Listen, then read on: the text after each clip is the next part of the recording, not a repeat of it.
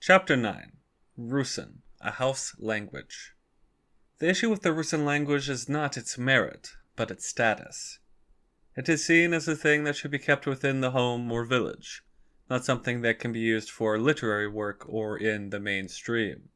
Anyone who has been paying close attention to the situation already knows this. While young people use Rusyn within their family or with close friends, it is rarely used on the web or past the lines of their town. Of course, some things should not necessarily be changed. It is not a demeaning or detrimental situation if a Rusyn talks to a Slovak from Bratislava in Slovak. This is the lingua franca of the country, after all. It would be rather delusional to not be able to interact in the nation's primary language. Devaluation of the language among Rusyns, however, is most troubling. The reality is that many young people within Transcarpathia and Slovakia do not know or speak in Rusyn as well as their parents or grandparents. Increasingly, Ukrainian has begun to dominate even the Rusyn population within Transcarpathia. One can peg this on an increased effort of teaching Ukrainian, bad perceptions of the accents from within Transcarpathia by the rest of the country, and a host of other issues. I will ignore all of these. These reasons are of secondary importance to our predicament. They may have put us into this position, but fixing them is not the way we get out of this.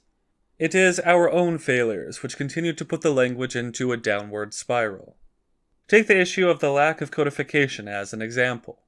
We have had 30 years to solve this problem, but still, to this day, cannot get anything done. As if somehow each dialect is so important we must forgo any sense of conformity. If we took 5 writers from Poland, Slovakia, and Ukraine, most likely each of them would be using a different standard to write it.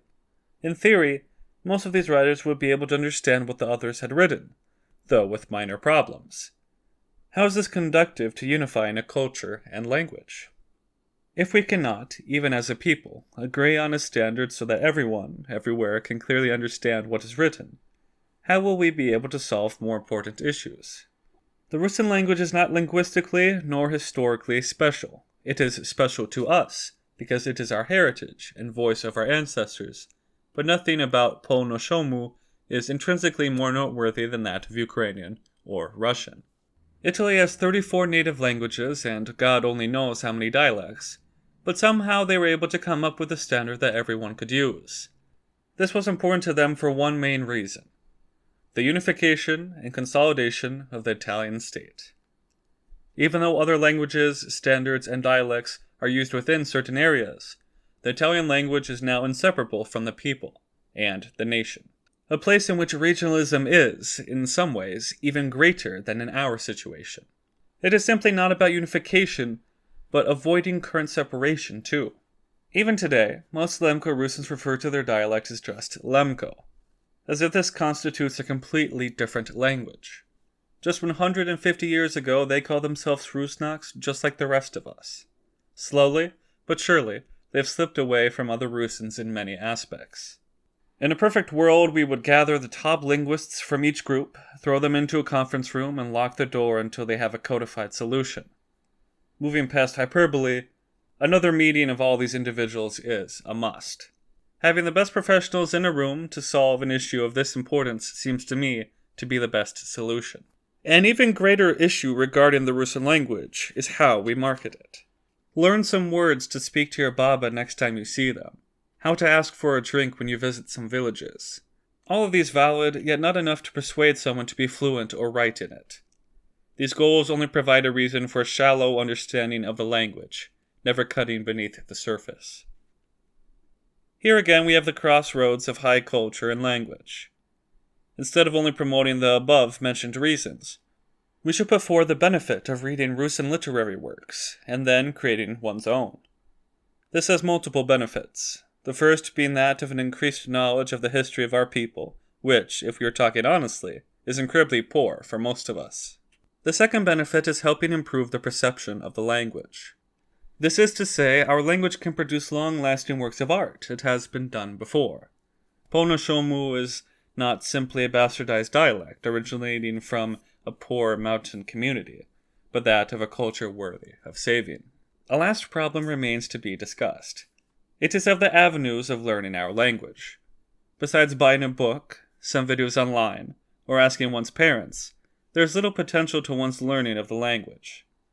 This situation presents major issues, the case of access to learn the language, and that of the influence of this problem on its perception. Without high or even mid-level institutions, a language's perception will be negatively influenced. While the marketing of it is important, it is but the entry-level step. Opening not just elementary schools in Rusyn, but high schools and, at the minimum, lower-level undergraduate institutions, gymnasiums, technical colleges, etc., should be a priority. Having the ability for an individual to go through their entire academic career with the primary language being Rusyn is invaluable. It proves the usefulness of the language, as well as providing intimate knowledge of Rusyn history through an academic setting. With all these systems in place, the potential application of the Rusyn language will increase naturally, along with the added benefit of fostering an environment for academic and fictional works. We have fallen behind the curve and let the status of our language slip.